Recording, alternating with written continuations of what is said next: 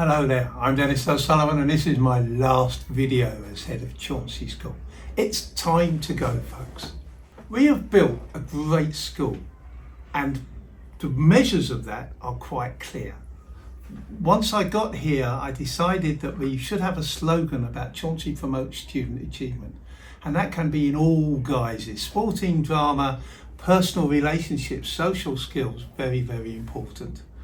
But also student achievement as represented in examinations. And we are record breaking as an inclusive, comprehensive school. One director of education, the only one ever to praise us, once spoke publicly about the wonders of Chauncey in the East. This year's results are going to be records as well, and next year's even better. One of the measures of a good school is we're full. I have here my document from 1998 when we had 420 students, including 41 in the sixth form. Now we've got 1,500 waiting lists in every year group. I'm sorry we can't get everybody in. And over 350 in the sixth form in September. And there are reasons for that. Mainly that we promote student achievement and treat the people like young people deserve to be treated. There's a lot of noise in the background because it's coming up to lunchtime and this is a lively, busy school. We've built a number of 5 new buildings, a sports hall, art galleries and all sorts of toilets, facilities to give the young people at this school the facilities they deserve. And you know what? I can't recall the last broken window we've had in the school. Because it's their school, the children respect it and they don't vandalise it. We've had 2 outstandings from Ofsted as an inclusive school, almost unique in the entire country, but you can check it out if you want. Being an inclusive school means we welcome children of all abilities and all of them must make progress. Everything I've had to do and every single person in the school, and Steve Walton taking over as head teacher has got to do, is make sure that everything we do supports the teachers in the classroom to support the children learning. It's quite simple really. We're fully staffed now, and thank you if you've been recommending us to people. A lot of word of mouth helps here. We have such an enthusiastic staff, the best people I've ever worked with. And I have to say that they have been so wonderful in my long walk to retirement. It's an odd thing, people congratulating me on retirement and pictures of boats and golf clubs. I am going to move to Hertford and I'm going to enjoy the next 10 years travelling and listening to music. If you see me, say hello. I've got to thank so many people. I've had 3 chairs of governors, effectively. I had a 4th, but she was manipulated by the local authority. I had 3 chairs of governors. The first one said you can do what you want as long as it works. So I thank Alan Thomas for that. And then Bob was with us for 16 years. And he rescued the school from a state of malaise with the governors after something known as the Yid Army Schoolboys. If you look it up, it's still there. A time when I stood up for the children who were trying to show respect to a teacher, and 13 police officers came to arrest them. What a cause célèbre. And what it proved to our local community when I stood up for those children is that I supported and we supported and this school supported their children. And if they'd done wrong, we would have helped them do right. I want to thank, well, I've said the staff, but thousands of kids, probably 4,000 kids and parents. And when I see people on the street, so many of them are kind. I would have crossed over when I saw my secondary grammar school for boys teachers. And I think it's a sign of what we've done in socialisation with the children, that they are pleased to see, not just me, but everybody. We've built the school on trust.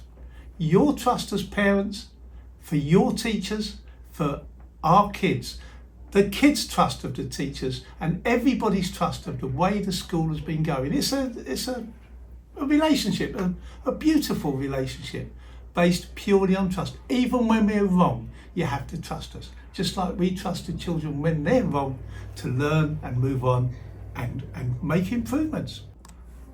I cannot fail to praise and thank Di Carey, Steve Walton, my 2 deputies for the last 20 years, who have done loads to make this school the great, happy, safe and successful place it is. Just in the background often, just supporting me, supporting the kids, supporting the parents and doing everything they can to make this a great school. And you know what? They're succeeding. wonderful. I've been overwhelmed. They put on a party for me here, 200 people, loads of gifts, more wine than I can drink in a retirement month, let alone a working year. So many cards and letters from so many places. And I'm sorry to say that the one place we don't hear a word, or I don't hear a word, is from our local authority, who have never really supported this school. And that is sad, because we are probably their most successful school over the last 20 years, our most improved. 420 students with poor results and no kids to top of the tables everywhere. The local authority have tried to dismiss me a few times, the most amusing one being for when a gentleman in a completely different town, 100 miles away, 20 years younger than me, working in an entirely different line of work, was mistaken for me, because the local authority don't check anything before they suspend their staff. They just didn't check work records, ages, national insurance numbers or anything. And I tell you this story because all of you who are budding teachers or working anywhere, join a union. There are bosses out there like the local authority in Hertfordshire who either don't know what they're doing or don't care. Which brings me on to future issues, and I know this is going to sound controversial. The future issues for this school include special educational needs, but that's for Hertfordshire and the country as a whole. Hertfordshire have put £5 million extra this year into going from 4,000 educational healthcare plans to 12,000. That's 8,000 additional plans, and the parents believe that with it will come funding. I have to tell you, in 9 out of 10 cases, there will be no funding. You will be misled. But I have to also say that sometimes what we really need to be thinking of as parents is, how can I help my child? They're behind on their reading. They don't need an educational healthcare plan, a piece of bureaucracy. What they need is for me at home as a parent or grandparent to read with the child, to encourage the child, to praise the child. If we've got boys hanging around, messing around in the toilets and bunking school and being rude to people, that's not an ism. That's a lack of understanding and acceptance of the rules. Yesterday, a boy walked out of his detention and went home. A mother brought him back in. She did such a great job, and he will learn. So parenting in the future post-COVID is going to be a real dilemma for many people. But remember, you are in charge as parents. You do make the rules in your homes, and you should support the schools, because if you don't support the schools, they will fail. My most amusing example of reaction to my last video is when the video went out in the middle of the day, one parent texted her son to celebrate. She texted him in a lesson. But it's okay, because she's got him a pass-out card, which means he never stays in lessons and he will fail. So that's very, very sad. And I go back to trust your schools. We have an issue of some people post-COVID not coming back and attending school fully. Nationally, about 1 in 4 children have a day, a fortnight off, or in some cases have the entire time off.